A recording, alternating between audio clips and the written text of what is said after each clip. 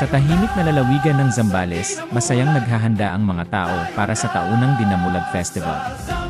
Ipinagdiriwang ng pista ang sikat na matatamis na mangga ng lalawigan, lalo na ang pambihirang Carabao Mango na kilala sa ginintuang kulay at masarap na lasa nito. Isang batang babae na nagngangalang Wilma ang mahilig tumulong sa kanyang mga lolo at lola sa kanilang taniman ng mangga. Tuwing umaga, dinidiligan niya ang mga puno at maingat na inilalagay sa mga basket ang mga nahulog na mangga.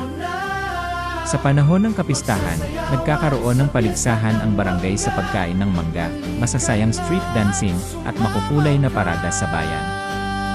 Pangarap ni Wilma na makasali sa street dance competition kasama ang kanyang mga kaklase. Tuwing hapon, nagsasanay sila sa ilalim ng mainit na araw habang nakasuot ng mga kasuotang pinalamutya ng dahon ng mangga at matingkad na dilaw na tela. Sa araw ng pista, napuno ng musika at tawanan ang mga kalsada. Kinabahan si Wilma sa simula, ngunit nang magsimulang tumunog ang mga tambol, sumayaw siya ng may kumpiyansa at kasiyahan. Malakas na pumalakpak at nagsaya ang mga tao habang dumaraan ang mga mananayaw sa mga lansangan.